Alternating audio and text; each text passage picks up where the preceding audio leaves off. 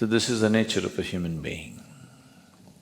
Whatever you're deprived of, you think that is the highest thing. Whatever you don't have, looks like at that moment, that is the highest thing. If you have not eaten for 2 days, food will be God. Yes or no? No? Yes. If you don't understand this, close your mouth, hold your nose like this for 2 minutes. Will you ask for air or God? Air. God comes and says, you want me or air? You'll say, hell with you, I want to breathe. Because whatever at that moment you're deprived of, that takes on enlarges itself in such a way, it blocks everything out. Or in other words, when you're in any state of compulsiveness, you don't see anything the way it is, it gets exaggerated. If your bladder is full, 1 minute, I'm talking about enlightenment, your bladder is very full. Are you interested? I don't want any enlightenment. Right now, going to the bathroom feels like ultimate liberation. Yes or no? So just about anything, when you're in a state of compulsiveness, you don't see anything the way it is. Life will get distorted to make you think that that is it at that moment. So like this, human life passes from one compulsive state to another, never allowing yourself that little bit of space where you could see things the way they are. If you do not even see life the way it is, can you handle it the way it needs to be handled? It doesn't arise, isn't it? If you don't see things the way they are, you can never handle it the way it needs to be handled. Because of this, in many ways, individual human lives and whole societies have become distorted humanity. When I say distorted, it's normal, I mean normal.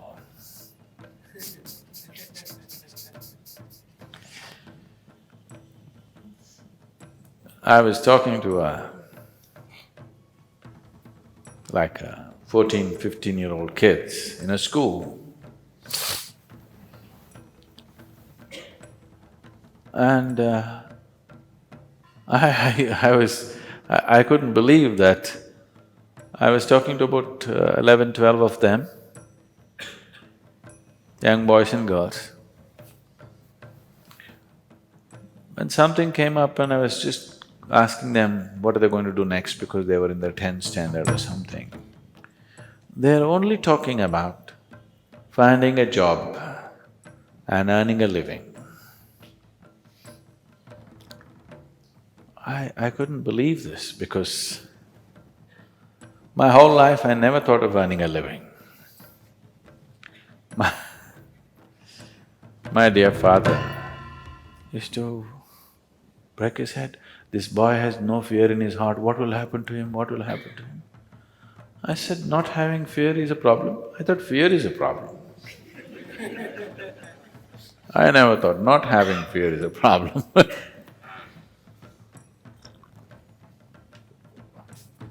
So, according to the dictates of the divine, I was supposed to become a doctor because my father is a doctor. At the age of 10, I told him, no, that's one thing I'm not going to be, I'm not going to be a doctor. But every day somebody is trying to work on me, you must become a doctor, you must become a doctor. You know, Indian family, you must become a doctor. If you cannot… Of course, now they've all shifted to software. I was I was… I was in Chicago just 8 days… just 2 days ago I came to India. So 1 week ago, 8 days ago, I was in Chicago. And an Indian person came and I asked, okay, what are you doing? What else, Sadhguru? That means he's a software engineer.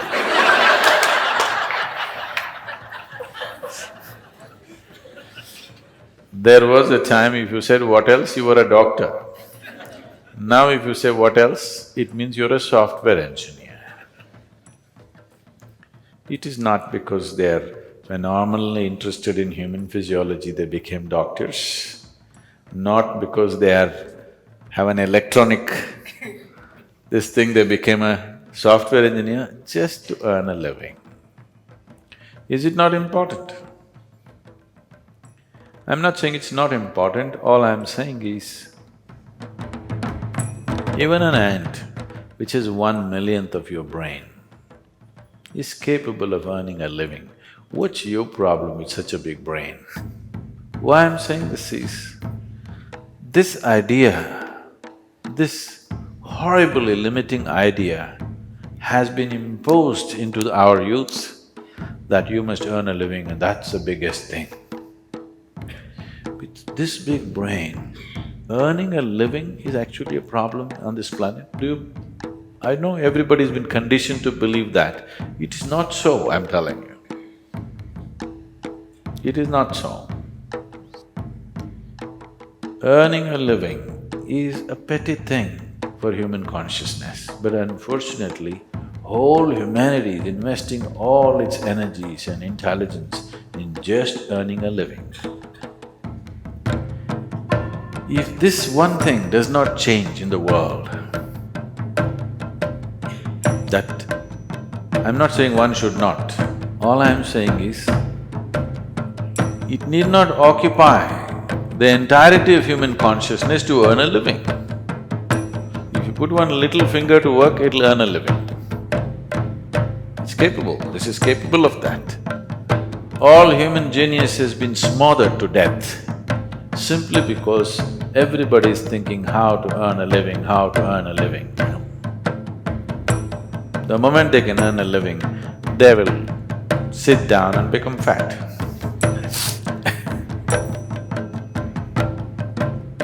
You must be saying, what can I do with this life, isn't it? Yes, you must be saying, what is the greatest thing I can do with this life? Because one day you'll fall dead, do you know? You'll fall dead one day.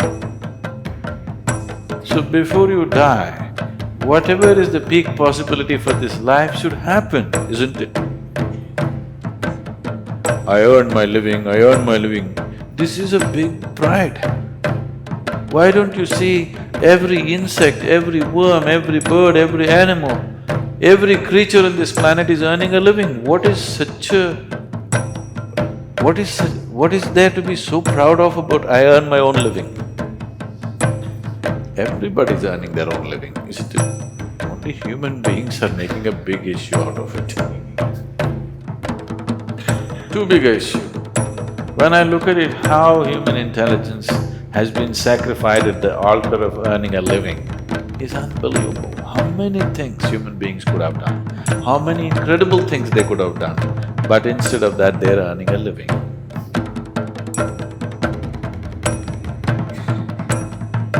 So it's very, very important. I'm just thinking we should start a wave, particularly in schools and colleges, that earning a living is a damn little thing. It is not the prime of your life. With one little finger you can earn a living. With this big brain, when an ant can earn its living, this big brain, should it struggle to earn a living? That has become a problem because you want to be like somebody else, isn't it? You want to be like somebody else. That enslaves you. And once you're into this chakra, nothing else is possible, it just keeps you going and going and going endlessly. Now this possibility of this simple thing called yoga is not about twisting your body, it's not about getting fit, it's not about getting healthy. All these things nature will do for you, if only if you live in tune with it. This is about understanding the geometry of the cosmos through the geometry of your own system. I'm calling this a geometry because cosmos is a geometry, isn't it? Planet Earth is going around the sun. What is it? A diesel powered? A big diesel engine is pushing it. If it was, the roar of that engine would have killed us. Just the perfection of geometry, it just keeps going and going and going, isn't it? You've seen those perpetual machines? You've seen those little ones? You just do it like this, for years on end it's going. So this is just that, it's a perfection of geometry which keeps it going and going and going. The whole universe is geometrically perfect, that's why it stays there, otherwise it wouldn't. And if you learn to hold your body in a certain way, if the geometry of your body is in alignment with the geometry of the rest of the creation, suddenly you will find there is a rapport which will allow you can download the whole cosmos into this one. This is not a tiny little… If you simply like this, if you live, you're just a piece of flesh and bone. If you just get it right, suddenly this is something else. Probably these days, you don't have this experience anymore because you got all Tata Sky, dish net and all that stuff. But if suppose you had a television in your home in 80s when first the Doordarshan came, you are watching your favorite cricket match, suddenly your television goes boom, boom, boom.